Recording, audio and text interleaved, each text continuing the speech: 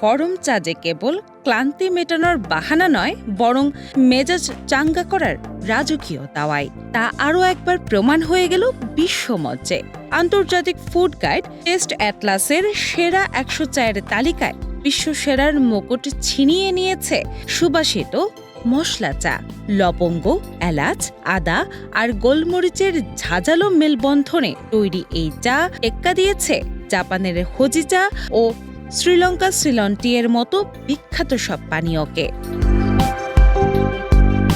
ষষ্ঠ স্থানে রয়েছে সুবাসী দার্জিলিং চা, আর সেরা বাগানের খেতাব জুটেছে মাকাই বাড়ি ও হালমারির কপালে। সকালে শুরু কিংবা বিকেলের আড্ডা, সবখানেই রাজত্ব করা এই স্বস্তির পানীয়টি এখন আর শুধু দক্ষিণ এশিয়ার রসনাইতেই সীমাবদ্ধ নেই, বরং মোহাচ্ছন্ন করে রেখেছে পুরো বিশ্বকে। টিনা ইসলাম, বৈশাখী সংবাদ।